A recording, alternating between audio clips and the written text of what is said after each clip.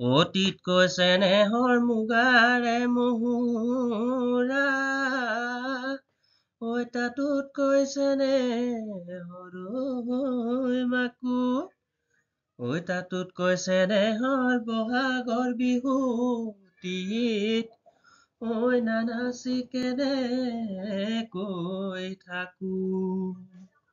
সকলোলৈকে আগন্তুক ৰঙালী বিহুৰ হিয়া ভৰা শুভেচ্ছা জ্ঞাপন কৰিছো।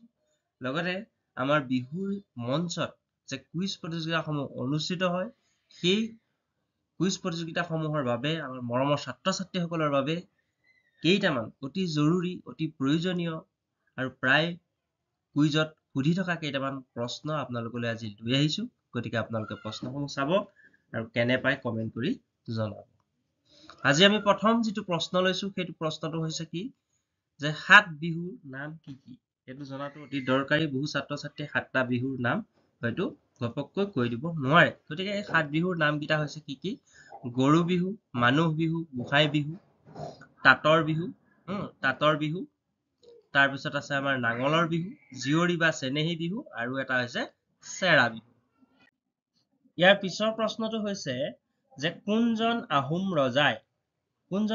ৰজাই বিহুক জাতীয় উৎসৱৰ মৰ্যাদা প্ৰদান কৰিছিল? যে বিহুটো যে অসমৰ এটা জাতীয় উৎসৱ হ'ব বা এই জাতীয় উৎসৱ বুলি কোনজন ৰজাৰ দিনত এই কথাটো মৰ্যাদা দিয়া হৈছিল? ইয়াৰ উত্তৰটো হৈছে স্বৰ্গদেউ ৰুদ্ৰসিংহই দিছিল।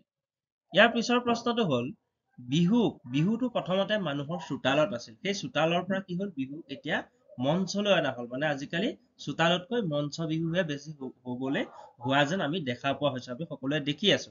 গতিকে এই যে বিহুক মঞ্চলৈ আদৰি অনা প্ৰথম যিজন ব্যক্তি, সেই প্ৰথম ব্যক্তিজন কোন আছিল? যদি আপোনালোকে উত্তৰবিলাক দিব পাৰে তেনেহলে কমেণ্টত প্ৰশ্নটো দেখাৰ লগে লগে উত্তৰটো দি যাব পাৰিব। আৰু এই শুদ্ধ উত্তৰ, ইয়াৰ উত্তৰটো হৈছে ৰাধা গোবিন্দ বৰুৱা। তেখেতেই আছিলে মঞ্চলৈ বিহুক আদৰি অনা প্ৰথম ব্যক্তি। পিছৰ প্ৰশ্নটো হৈছে কোন চনত ৰঙালী বিহুৱে ৰাজ্যিক মৰ্যাদা লাভ কৰিছিল? উত্তৰটো হ'ল 1696 চনত। ইয়াৰ পিছৰ প্ৰশ্নটো হৈছে মুকলি বিহুৰ প্ৰথম বাদ্য কি? এইটো বহুতে জানে আৰু বহুতে কিছু সংখ্যকে হয়তো নেজানেও।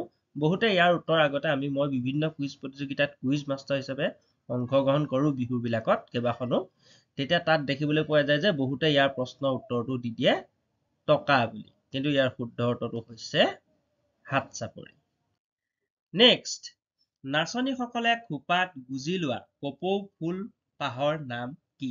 তাৰমানে কপৌ ফুল পাহৰ নাচনীসকলে যিটো খোপাত যিটো গুজি লয় নাচিবৰ কাৰণে, সেই কপৌ ফুল পাহৰো এটা বিশেষ নাম আছে আৰু সেই নামটো হৈছে শিয়াল নেজীয়া কপৌ ফুল।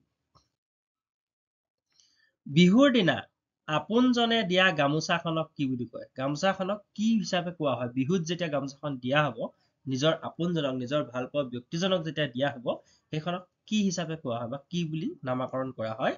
সেইটো হৈছে বিহুৱান। ইয়াৰ পিছৰ প্ৰশ্নটো হৈছে গৰু বিহুৰ দিনা তৈয়াৰ কৰা গৰুৰ ছাটত কি কি ব্যৱহাৰ কৰা হয়? অৰ্থাৎ কি কি পাচলি আচলতে আমি ব্যৱহাৰ কৰো তাত? সেইকেইটা কি কি কয়? আমি যে গৰু বিহুৰ দিনা গাওঁ লাও খা বেঙেনা খা এইবিলাক যে কওঁ, তাত মানে কি কি থাকে সেই ছাটখনত? কি কি থাকে ছাটত? লাও থাকে, বেঙেনা, হালধি, থেকেৰা, কেৰেলা আৰু তিয়হ। নেক্সট প্ৰশ্নটো হৈছে লোকবিশ্বাস অনুসৰি গৰুৰ বিহুৰ দিনা নাহৰ পাতত লিখা মন্ত্ৰটো কি? মানে নাহৰ পাতত মানে বা মাৰলি বা বিভিন্ন ধৰণৰ বতাহ বৰষুণ আহিলে যাতে ঘৰটোক মানে ভালকৈ ৰাখিব পাৰে, মানে ঘৰটোক কোনো হানি বিঘিনি যাতে নঘটে, সেইটো এটা লোকবিশ্বাস বহুত দিনৰ পৰা চলি আহিছে। সেই লোকবিশ্বাস অনুসৰিয়ে নাহৰ পাতত এটা মন্ত্ৰ গৰু বিহুৰ দিনা লিখি সেই ঘৰটোত ৰাখিব লাগে, প্ৰত্যেকৰ ঘৰত ৰাখিব লাগে বুলি এটা নিয়ম চলি আহিছে। আৰু সেই বিশেষ মন্ত্ৰটো হৈছে এইটো দেৱ দেৱ মহাদেৱ নীলগ্ৰীৱ জটাধৰ বাত বৃষ্টি হৰং দেৱ মহাদেৱ নমস্তুতে। এইটো বিভিন্ন ধৰণৰ কুইজ প্ৰতিযোগিতাত এই প্ৰশ্নটো প্ৰায় সুধি থকা দেখা যায়। ইয়াৰ পিছৰ প্ৰশ্নটো আমি লৈছো যে গৰু বিহুৰ দিনা গৰুক কি পঘাৰে বন্ধা হয়? এইটো আমি বিহু নামত গাঁৱেই যে গৰু বিহুৰ দিনাখন গৰুক গা ধুৱাই লৈ তৰালি পঘাৰে বান্ধো, এনেকে গাওঁ। ঠিক আছে, গতিকে শুদ্ধ উত্তৰটো হৈছে কি তৰালি পঘা। ইয়াৰ পিছৰ প্ৰশ্নটো আহিলে বিহুৰ হুৰুম জলপান। এই হুৰুমটোৰ বিষয়ে আজি কিছুদিনৰ আগতে এটা কম্পিটিটিভ এক্সামতো আহি গৈছিলে হুৰুম কিহেৰে তৈয়াৰ কৰা হয় বুলি আহি গৈছিলে মই দেখিছিলো প্ৰশ্নটো গতিকে এইটো পৰীক্ষাটো মানে এনেকুৱা ধৰণৰ কুইজ প্ৰতিযোগিতাটো সুধিব পাৰে গতিকে মনত ৰখাটো ভাল এইটো কি ধানেৰে তৈয়াৰ কৰা হয় এইটো হ'ল বৰা ধান নেক্সট আহিলে ৰঙালী বিহুক মূলতঃ কিহৰ উৎসৱ বুলি অভিহিত কৰা হয় এইটো কি বুলি কোৱা হয় যৌৱনৰ উৎসৱ বুলি অভিহিত কৰা হয় বহাগ বিহুত বিহুৱতীয়ে মুঠত ব্যৱহাৰ কৰা ৰংবিধৰ নাম কি ৰংবিধ কি মানে এবিধ বিশেষ গছৰ ৰং ব্যৱহাৰ হয় সেইটো কি গছৰ বা কিহৰ সেইটো কি হয় উত্তৰটো হৈছে কি বৰহমথুৰি ৰংঘৰ বাকৰিত ৰুদ্ৰসিংহই প্ৰথম কেতিয়া বিহু নৃত্য প্ৰদৰ্শন কৰিছিল শুদ্ধ উত্তৰটো হৈছে 1694 চনত ইয়াৰ পিছৰ প্ৰশ্নটো হ'ল মানুহ বিহু দিনা নামনি অসমত কি নামে জনা যায় যেনে গৰু প্ৰথম দিনা হ'ল গৰু বিহু সংক্ৰান্তিৰ দিনা তাৰ পিছৰ দিনা মানুহ বিহু বুলি আমি কওঁ এই মানুহ বিহু বুলি আমি যে কওঁ উজনি অসমত সেই একেটা নামকে নামনি অসমত কি নামেৰে জনা যায় ইয়াৰ শুদ্ধ উত্তৰটো কি বাৰু বৰদুমাহী বুলি জনা যায় ইয়াৰ পিছৰ প্ৰশ্নটো হৈছে বিহুৰ আগৰ দিনটোক কি বুলি কোৱা হয় সেইটো সকলোৱে পৰা এটা কুৱেশ্যন সেইটো হৈছে যিকোনো বিহু বহাগ বিহুৱে হওক গৰু বিহু হওক কাতি বিহু হওক প্ৰত্যেক বিহুৰ আগদিনাখনক কি বুলি কোৱা হয় উৰুকা অৰ্থাৎ আজি মই বিহুৰ আগদিনা এই ভিডিঅ'টো প্ৰস্তুত কৰি আছো গতিকে আজিৰ দিনটোৱে হৈছে উৰুকা মানে মই উৰুকাৰ দিনা ভিডিঅ'টো প্ৰস্তুত কৰি আছো ইয়াৰ পিছৰ প্ৰশ্নটো হৈছে কোন চনত গুৱাহাটীৰ লতাশিলত কোন প্ৰথমবাৰৰ বাবে বিহু মঞ্চত পতা হৈছিল কোন চনত পতা হৈছিলে 1962 চনত ইয়াৰ পিছৰ প্ৰশ্নটো হৈছে অসমৰ ডেকা ল'ৰা আৰু গাভৰু ছোৱালীয়ে পৰিবেশন কৰা জনপ্ৰিয় নৃত্যবিধ কি সকলোৱে জনা আমি তাৰমানে কুইজত কি হ'ল কৌশলগতভাৱে কিছুমান প্ৰশ্ন সোধা যায় কৌশলগতভাৱে এই কাৰণে সোধা যায় যে ছাত্ৰ ছাত্ৰীক এটা সহজ বস্তুকে অলপ যদি বেলেগ ধৰণে সোধা যায় তেওঁলোকৰ মাজত তেতিয়া এটা কনফিউজন নিচিনা আহি যায় তেওঁলোকে এইটো হ'ব জানো বা নহ'ব নেকি এনে ধৰণে ভাবি লয় কিন্তু এইটো এটা প্ৰশ্নটো একেবাৰে সিম্পল কথাই হয় কিন্তু বিহু নৃত্য কথাকে কোৱা হৈছে কিন্তু বহুতে এনেকৈ সুধি দিলে অলপ কনফিউজ পাই যায় যে অসমৰ ডেকা ল'ৰা আৰু গাভৰু ছোৱালীয়ে পৰিবেশন কৰা জনপ্ৰিয় নৃত্যবিধ কি তেওঁলোকে হয়তো বেলেগ কিবা বুলি ভাবি যায় গতিকে শুদ্ধ উত্তৰটো সেই একেটাই মানে বিহুৱে হয় বিহু নৃত্যই হয় ইয়াৰ পিছৰ প্ৰশ্নটো হ'ল যে কেৱল মহিলাই পৰিবেশন কৰা বিহু নৃত্যক কি বুলি কোৱা হয় এইটো হৈছে কি জেং বিহুক আন কি নামেৰে জনাজাত মানে জেং বিহুক আৰু এটা নামেৰে কোৱা হয় এইটো কি বুলি কোৱা হয় এইটো কোৱা হয় গছতলৰ বিহু বুলি কোৱা হয় জেং ইয়াৰ পিছৰ প্ৰশ্নটো হ'ল গৰু বিহুৰ দিনা খোৱা বৰুৱা উপাধি থকা পাচলিবিধৰ নাম কি এই প্ৰশ্নটো বিভিন্নজনে বিভিন্ন ধৰণে বা বেলেগ এটা ধৰণেও সুধিব পাৰে যি ধৰণেই নুসুধক কাৰণ এইটো মানে মই নিজৰ ধৰণে আচলতে প্ৰশ্নটো বনাই আপোনালোকে দিছে নিজে মানে ভাবি ইয়াৰ উত্তৰটো হ'ল এইটো বহুতে নাজানে সেইকাৰণে মই প্ৰশ্নটো ইয়াত দি দিছো ইয়াৰ উত্তৰটো হৈছে টিকনি বৰুৱা মানে টিকনি বৰুৱা বুলি এবিধ পাচলি আছে যিটো আমি গৰু বিহুৰ দিনা যে খাওঁ 100 এবিধ পাচলি এইবিধো খাব লাগে এইবিধো তাৰ অন্তৰ্গত হুঁচৰি দলৰ আগত মূৰ দুৱাই আশীৰ্বাদ লোৱা পৰম্পৰা প্ৰথমতে কোনে আৰম্ভ কৰিছিলে স্বৰ্গদেউ ৰুদ্ৰসিংহ বিহুত উত্তোলন কৰা পতাকাখনৰ নক্সা কোনে তৈয়াৰ কৰিছিলে নিপ বৰুৱা ঢোল বনোৱা মানুহজনক কি বুলি কোৱা হয় মুচি বা মুচিয়াল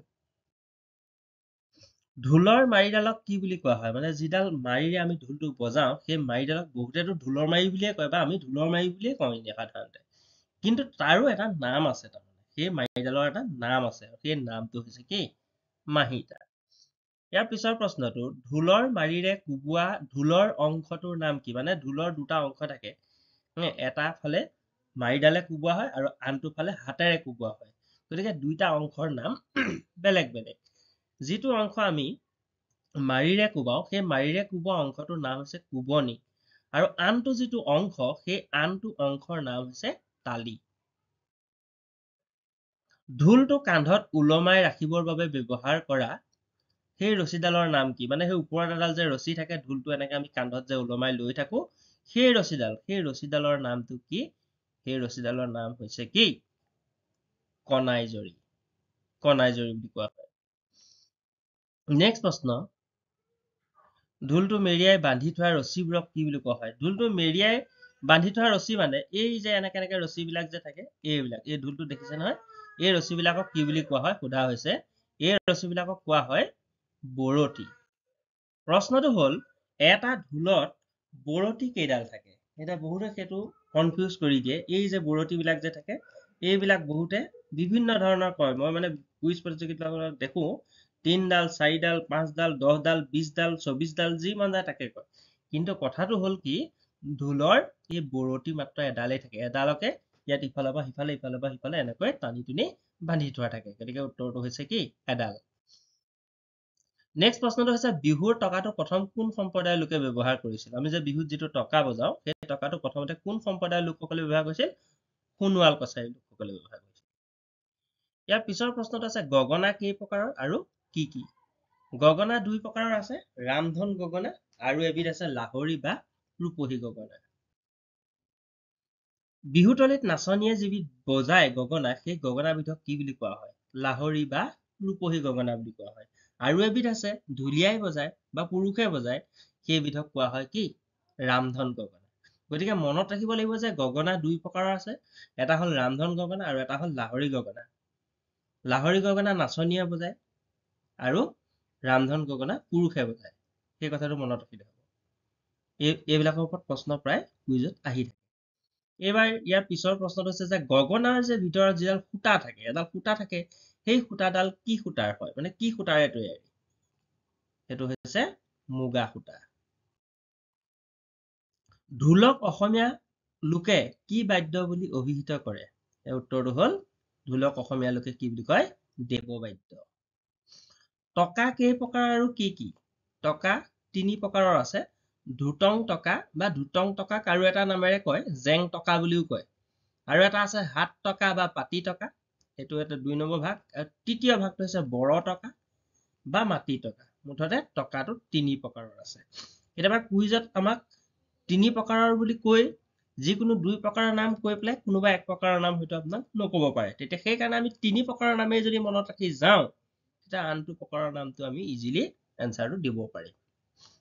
আমি প্ৰশ্নবিলাক তেনেকৈ উত্থাপন কৰো কুইজ প্ৰতিযোগিতাবিলাকত। এতিয়া প্ৰশ্নটো চাওঁ নেক্সট। উশাহ ঘূৰুৱাই বজোৱা বাদ্যবিধৰ নাম কি? এইটো এটা বহুত সুন্দৰ প্ৰশ্ন। ইয়াৰ উত্তৰটো হৈছে কি? পেঁপা। পেঁপাটো মুখত লৈ বজোৱা অংশটোক কি বুলি কোৱা হয়? সেই অংশটোক কি বুলি কোৱা হয়? চুপহী। ইয়াৰ পিছৰ প্ৰশ্নটো হৈছে সুতুলিত কেইটা ফুটা থাকে? কেইটা ফুটা বা বিন্ধা থাকে? এইটো হ'ল 3টা। ইয়াৰ পিছৰ প্ৰশ্নটো হৈছে সুতুলি কেই প্ৰকাৰ আৰু কি কি? সুতুলি কেই প্ৰকাৰৰ থাকে? টোটেল সুতুলি থাকে 3টা প্ৰকাৰৰ। পিঠা সুতুলি বুলি কয় এটাক, এটাক কোৱা হয় বিহুৱতী সুতুলি আৰু এটাক কোৱা হয় পক্ষী সুতুলি। মিচিংসকলে গগনাক কি বুলি কয়? গগনাটোক কি বুলি তেওঁলোকে কয়? গুংগাং। তেওঁলোকে কয় গুংগাং। কি শব্দৰ ওপৰত ভিত্তি কৰি ঢোল সজা হৈছিল? ঢোলটো মানে কিহৰ ওপৰত ভিত্তি কৰি, কিহৰ ওপৰত অনুকৰণ কৰি পেলাই ঢোলটো সজাৰ কথা পৰিকল্পনা মনলৈ আহিছিল? সেইটো শুদ্ধ উত্তৰটো কি হৈছে? মেঘৰ গাজনিৰ শব্দ। মেঘৰ গাজনি শব্দৰ ওপৰত ভিত্তি কৰিয়ে ঢোলটো সজা হৈছিল।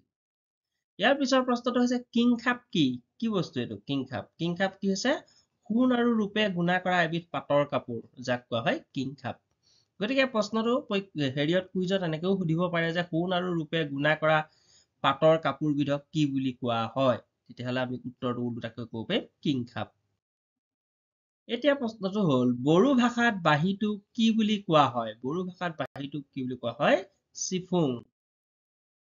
বিহুৱানসকলে পৰিধান কৰা চোলাটোৰ নাম কি? বিহুৱাসকলে, আচলতে বিহুৱানসকলে নহয়, দন্ত্য নটো বহি গৈছে। বিহুৱাসকলে পৰিধান কৰা সেই চোলাটোক কি বুলি কোৱা হয়? চাপকন।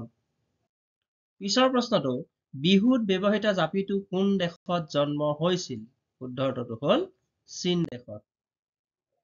নাচনীয়ে বন্ধা খোপাটোৰ নাম কি? খোপা আমি 2টা পাওঁ, এটা নেঘেৰি খোপা আৰু এটা কলদিলীয়া খোপা। গতিকে নাচনীয়ে বন্ধা খোপাটোৰ নাম কি বুলি যদি সোধে তেতিয়া আমি ক'ব লাগিব কি? নেঘেৰি খোপা। ঢোলৰ যাদুকৰ বুলি কাক কোৱা হয়? আমি জানো সেইজন হৈছে মঘাই ওজা। তেওঁক আমি ঢোলৰ যাদুকৰ বুলি কওঁ। এইবাৰৰ প্ৰশ্নটো ঢোলৰ মাৰিডালৰ বেকা অংশটোৰ নাম কি? সেই বেকাকে যিডোখৰ অংশ থাকে সেই অংশটোক কি বুলি কোৱা হয়? সেই অংশটোক কি বুলি কোৱা হয়? নাকতি। পিছৰ প্ৰশ্নটোলৈ আহিছো। পিছৰ প্ৰশ্নটো হ'ল হুঁচৰি দলৰ গুৰি ধৰোতা যিজন ব্যক্তিয়ে হুঁচৰি দলটা গুৰি ধৰে, সেই গুৰি ধৰা ব্যক্তিজনক কি বুলি কোৱা হয়? বাৰিক। পিছৰ প্ৰশ্নটো হ'ল মাকুৰ ভিতৰত মোহৰা ধৰি ৰাখিবলৈ ব্যৱহৃত কৰা মাৰিডালক কি বুলি কোৱা হয়? মাৰিডালক কি নামেৰে জনা যায়? মাকুৰটোৰ ভিতৰত ব্যৱহাৰ কৰা মাৰিডালক কি বুলি নামেৰে জনা যায়? গেৰেলি মাৰি বা কিৰিলি মাৰি বুলি কোৱা হয়।